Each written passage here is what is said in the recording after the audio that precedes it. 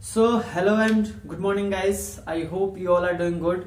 First of all, आप जो thumbnail देख के आए हो, आपकी बहुत डिमांड थी कि आपको चाहिए था video related to all equipments that is involve in CNG compressor. तो आज मैं उसी के बारे में बताऊंगा। सीएनजी कंप्रेसर्स में क्या क्या चीजें लगी होती है, चाहे वो इलेक्ट्रिकल इक्विपमेंट हो या मैकेनिकल हो या फिर पूरी उसकी कैनोपी ही क्यों ना हो, राइट। तो आज मैं फ्री था, आज ऑफिस छुट्टी है, तो मैं सोचा आपको ये इन्फॉर्मेशन दे ही दूं ताकि आपको आगे चल के कोई भी शिकायत ना रह जाए, क्योंकि मेरा जो मेन मकसद है वो आप लोग को ट्रेन करना अबाउट सीएनजी। जितने भी नए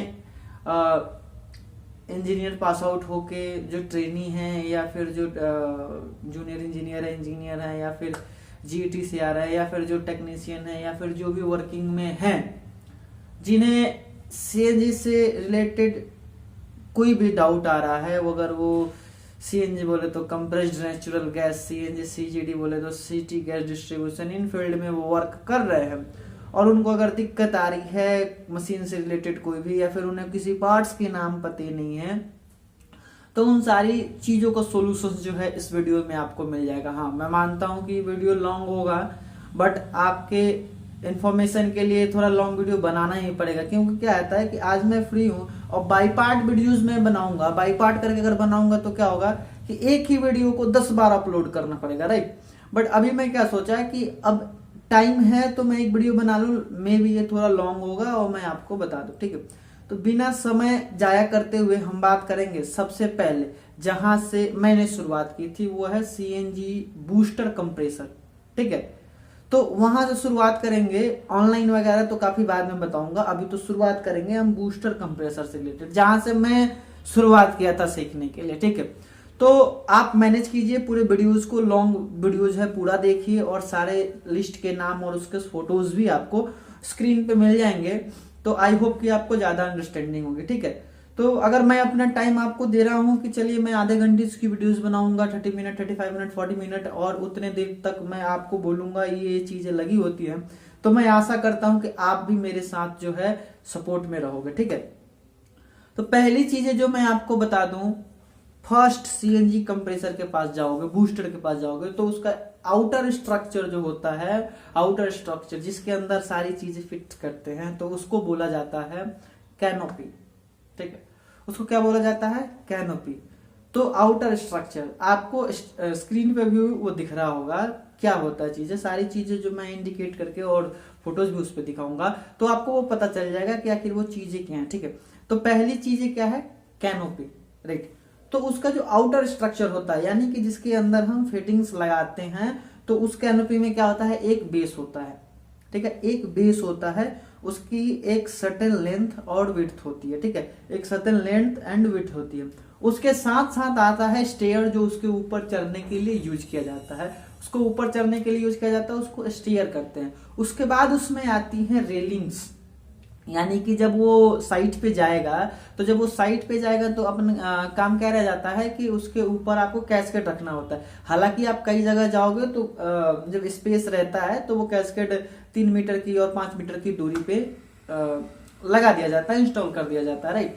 बट जो कंपनी मैन्युफैक्चर करती है उसके माइंड में ये रहता है कि ये बूस्टर जो है, सपोज जो आपका एरिया मतलब कि 5 फीट लंबा और 5 फीट विड्थ और 10 फीट लंबाई जो है, तो वो एक अपने लिए मतलब उनका सेल चाहिए, तो उनका डिजाइन होता है कि आप इसी इतने ही एरिया में जो है आप ऊपर कैस्केट लगा लोगे और आप किसी भी प्रकार की आपको असुविधा नहीं होगी, राइट। क्योंकि आपको ज्यादा चाहिए नहीं होता है। ऑनलाइन में क्या होता है कि आपको ज्यादा स्पेस चाहिए होता है। बूस्टर में क्या ये सस्ता बोले तो एक आइडियोलॉजी है, एक simple way to provide CNG to the rural area जहां हमारी पाइपलाइंस नहीं गई हैं।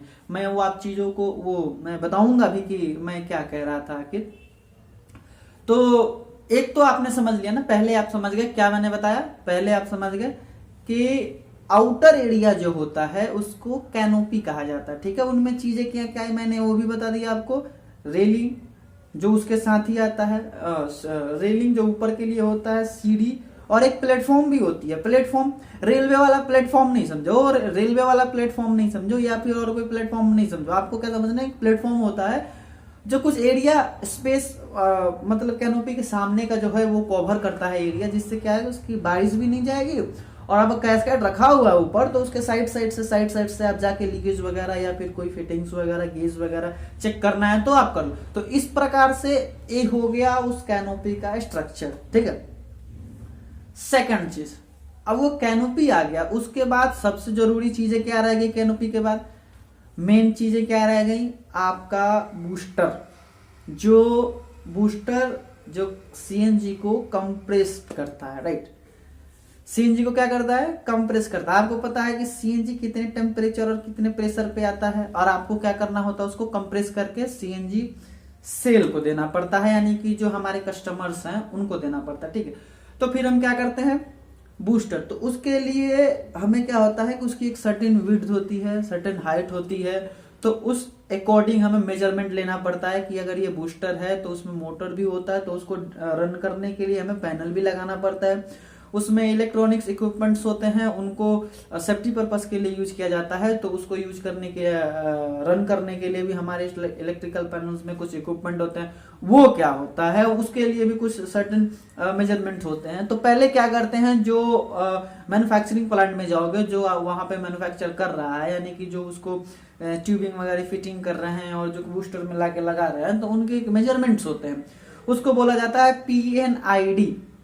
तो PNID में क्या होता है कि आपको दर्शाया जाता है कि कहां से इसमें कौन सी ट्यूब जाएगी, कितने एक्चुएटर लगने हैं, कितने बॉल वॉल लगने हैं, कितने नाड़वी लगने हैं, कहाँ SRV लगना है, सारी चीजें उसमें मेंशन होता है। तो उस मेंशन चीजों को क्या करना है आपको कि उस PNID से देख के उस बूस्टर पे बीच में एक सिलेंडर होता है जिसको डैमनर कहा जाता है, और फील्ड में उसको ऑयल सेपरेटर भी कहा जाता है, ठीक है। तो एक एक चीज की तो वो मैं आपको बताऊंगा कि उनकी चीजें, उनके काम क्या होता है, बट मैं अभी आपको क्या बताया, आपने जैसे बताया कि लिस्ट ऑफ मटेरियल चाहिए, तो मैं आपको लिस्ट ऑफ मटेरियल दे रहा हूं और आप लिखते जाना चीजों को कि वो होता क्या है, ठीक है। तो उस पे क्या होता है कि जो डैमनर हम लोग जो कहते हैं मैन्युफैक्चरिंग प्लांट में डैमनर, तो वो डैमनर के ऊपर एक मैनिफोल्ड ब्लॉक लगा होता है। तो उस ब्लॉक में क्या कहते हैं कि हम अपनी फिटिंग्स को लगाते हैं according to requirement of our customers और क्लाइंट्स, ठीक है।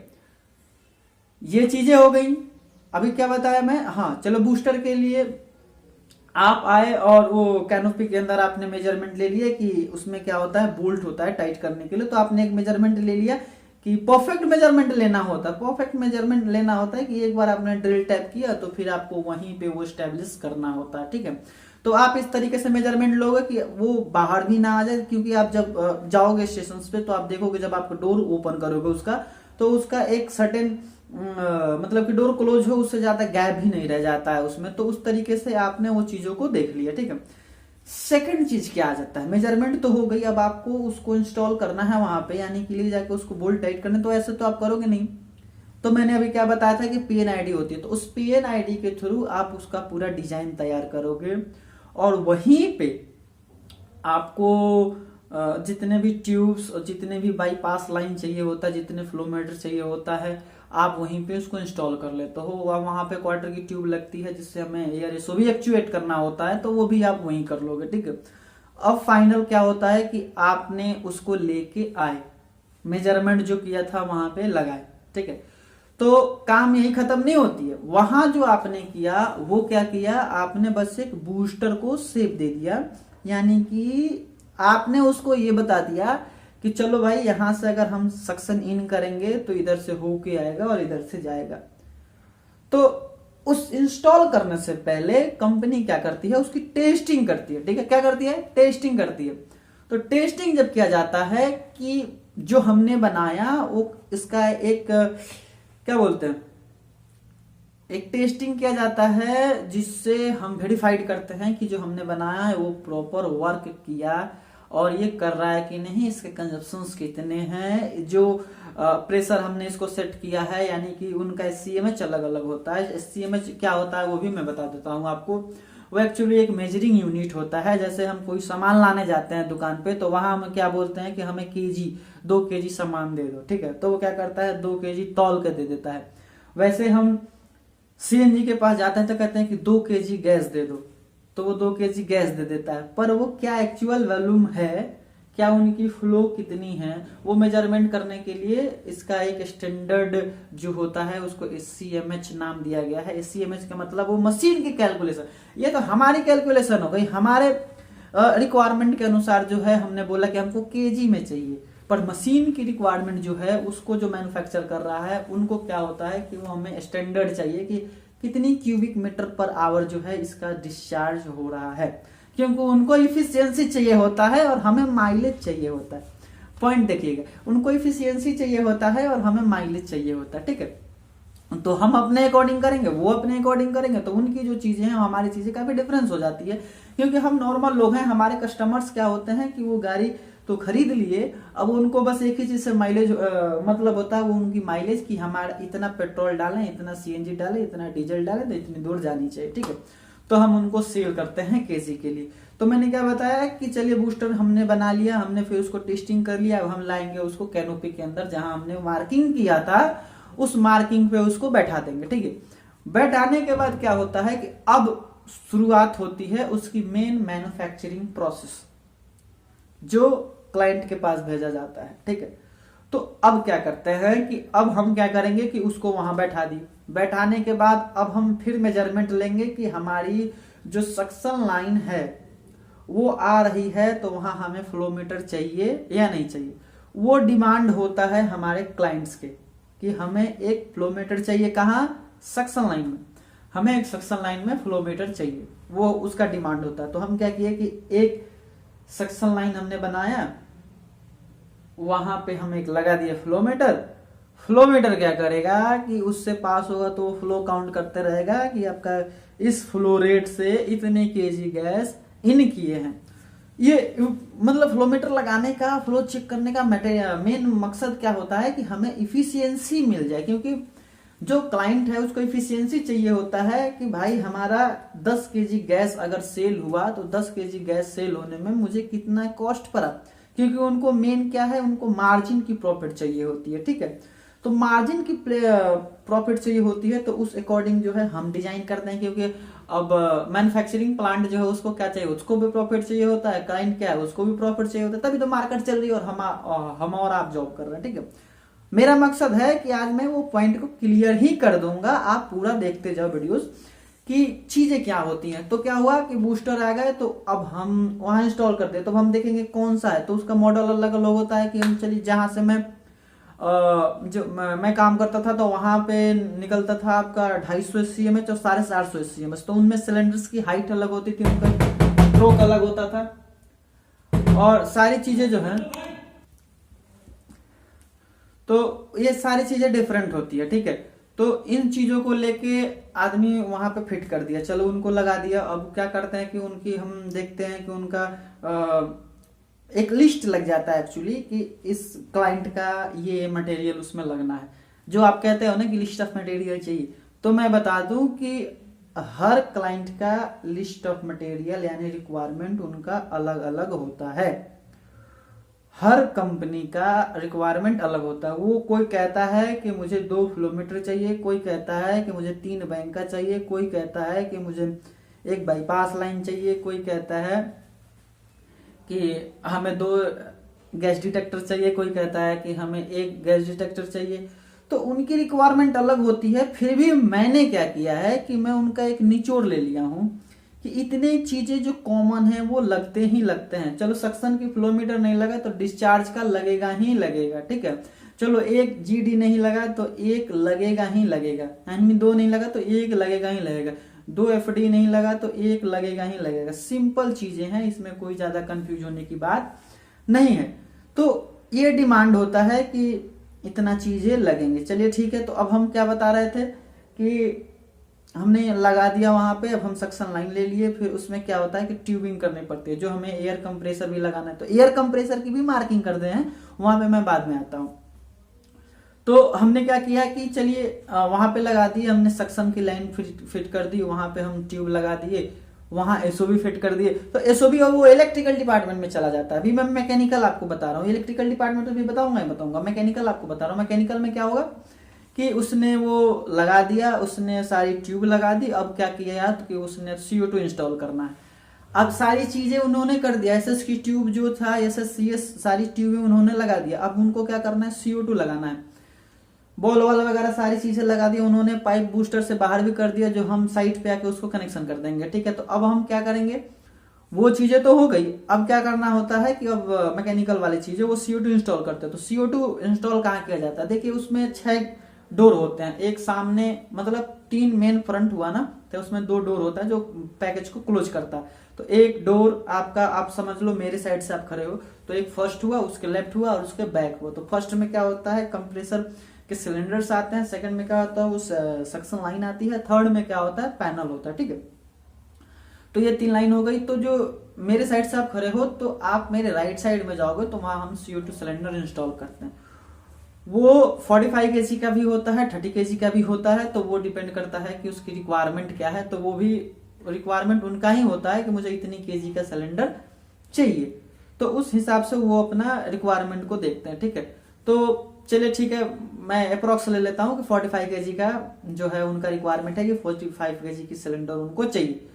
तो अब क्या करेंगे हम कि उस सिलेंडर को इंस्टॉल करेंगे, तो उसका एक बेस होता है, उस बेस को हम लोग क्या करते हैं, वेल्डिंग करते हैं, वेल्डिंग करके उसमें लगाते हैं, CO2 सिलेंडर को डालते हैं, फिर वहां पे SOB लगा होता है, उस SOB की कनेक्शन करते हैं, उसमें सिलेंडर की पिन होता है, फ्लेंज होता है सिलेंडर का, सारा चीज फिट करके उसके बाद उसको एक पाइप के थ्रू पैकेज के अंदर, यानी कि बूस्टर जो है उसके अंदर 2 शावर लगाया जाता है कि इनकेस कभी फायर होता है तो उस फायर के कंडीशन में जब अलार्म आएगा तो 2 शावर से सिलेंडर CO2 जो है वो बहुत हेवी मात्रा में आएगा और फायर को कंट्रोल कर लेगा, ठीक है। तो मैकेनिकल चीजें में मैंने इतनी चीजें बता दी, अब मैं इलेक्ट्रिकल में घुसूंगा। उससे पहले एक और चीजें रह जाती है, जो प्लम्बर उसमें काम करता है, ठीक है। तो प्लम्बर का क्या काम रह जाता है, प्लम्बर का क्या काम रह जाता है कि प्लम्बर जो वाटर पंप लगाया, देखिए एक और चीज छूट ही रहा था अभी, एयर कंप्रेसर, ये मैकेनिकल का ही काम है। एयर कंप्रेसर की वो मार्किंग करता है, एयर कंप्रेसर एक सर्टेन एरिया में लगा दिया जाता है, यानी कि सबसे कोने में उसको लगा दिया जाता है, और एयर कंप्रेसर की एक लाइन है, उससे एक फिल्टर होकर जाता है जो हमारे पैकेज में देता है।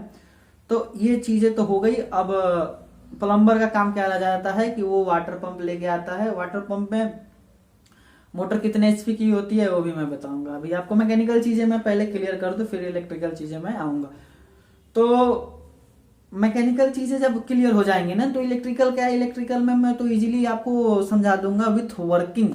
तो अब क्या है कि वाटर पंप का काम आता है, तो वाटर पंप का काम आता है, तो वो प्लम्बर क्या करता है कि अपनी पाइप जो होती हैं, जो पानी सर्कुलेट करता है, जो रेडिएटर से होके आता है, तो क्या करते हैं कि प्लम्बर अपना उसने भी अपना एक मेजरमेंट लेके रखता है। उसने क्या किया कि एक सर्टेन प्लेस पे लगा दिया वाटर पंप। देखिए बूस्टर जो कैनोपी है ना, मैं आपको इसलिए पहले बताया था कि उसका एक सर्टेन डिजाइन इसीलिए तैयार किया जाता है कि उसमें सारी चीजें एग्जैक्ट प्लेस पे आकर फिट हो जाए, उससे एक्स्ट्रा कुछ भी ना हो, ठीक है। तो क्या हुआ, सेकंड चीज आपको मैंने क्या बता दिया कि चलिए प्लम्बर आया, अपना वाटर पंप वहां लगा दिया, वाटर पंप लगाने के बाद उसने पाइप फिटिंग करनी होती है। तो पाइप फिट कैसे करता है, हमारा जो बूस्टर होता है एक उसमें होता है मतलब एयर कूलर होता है, क्या करता है, सॉरी एयर कूलर कह रहे हैं, वाटर कूलर होता है। तो एक ट्यूब होती है, जैसे हमारा जो गैस सक्शन हुआ, डिस्चार्ज हुआ, इन और आउट हुआ, तो हमें एक फिक्स टेम्परेचर यानी कि 50 से लेस होना चाहिए टेम्परेचर, क्योंकि हमें टेम्परेचर का ध्यान रखना होता है। अगर हाई टेम्परेचर हुआ तो फीलिंग कम होगी, तो उस टेम्परेचर को मेंटेन करने के लिए हम क्या कहते हैं, हीट एक्सचेंजर, उसको टेक्निकल वर्ड में बोला जाता है। तो हीट एक्सचेंजर्स में क्या होता है, इतनी मोटी ट्यूब होती है, तो उसमें एक पतली ट्यूब गई, तो वो जो पतली ट्यूब होती है अपने CNG जो हमने कंप्रेस कर रहे हैं उसका होगा, और